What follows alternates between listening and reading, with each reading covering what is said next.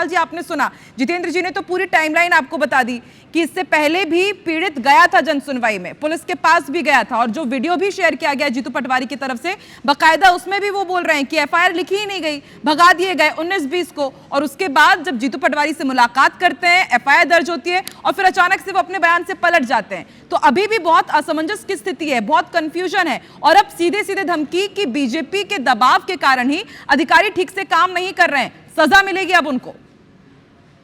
आकांक्षा जी, देखिए, एक तो आपका जो सवाल जितेंद्र जी से था वो अपने आप में बहुत महत्वपूर्ण सवाल हो जाता है, और मैं भी शायद इसी के इर्द गिर्द रहूंगा आकांक्षा, इसलिए कि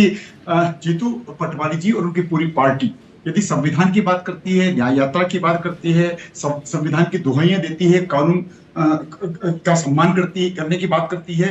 तो अगर एफआईआर दर्ज हुई है तो धमकियां क्यों?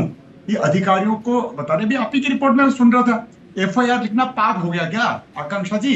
आपने अपनी रिपोर्ट में जीतू पटवारी जी की जो बाइट सुनी, जो पीसी सुनी, उसमें लिख रहे कि पाप है क्या रिपोर्ट लिखना, और सजा देने का काम आकांक्षा जी किसी राजनीतिक दल के नेताओं का नहीं होता, न्यायालय का होता है, न्याय का होता है। तो जीतू पटवारी जी इतना विचलित क्यों हो रहे हैं? और किसी भी एफआईआर के बदले में आकांक्षा जी अगर आंदोलन के माध्यम से अगर एफआईआर खारिज हो जाए तो फिर तो कोई भी पक्ष आंदोलन करेगा और जो मूल एफआईआर है उसको समाप्त कर देगा। तो 7 तारीख को अशोकनगर में आंदोलन की तैयारी की धमकी मानेंगे इसको, या चेतावनी मानेंगे? दूसरा, जितेंद्र जी भी कह रहे थे कि यादव जी मुख्यमंत्री जी के जाति के हैं, क्या पूरे मध्य प्रदेश के यादव जी मुख्यमंत्री होने के नाते उनका अपराध हो गया क्या कि वे यादव समाज के हो गए? तो क्या सारे के सारे मुख्यमंत्री जी के नातेदार रिश्तेदार हो गए हैं? कुल मिलाकर के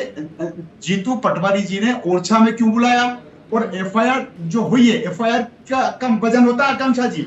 लेकिन यशपाल जी, कंफ्यूजन इसलिए भी है क्योंकि एक वीडियो में वो आकर के पहले डिनाई कर देता है कि नहीं, मुझे गंदगी नहीं खिलाई गई, मैं इतना आक्रोशित था इसलिए मैंने बोल दिया, लेकिन उसके बाद जब जीतू पटवारी के साथ वो बैठते हैं तो भी मैं जस्ट सुन कर आ रही हूं, उसमें वो बाकायदा कह रहे हैं कि बेलन से ठूस ठूस कर उनको गंदगी खिलाई गई है। तो कंफ्यूजन की स्थिति तो बनी ही हुई है, और इसलिए हम कोशिश कर रहे हैं ये जाने की कि आखिर अशोकनगर में हुआ क्या, सच क्या है।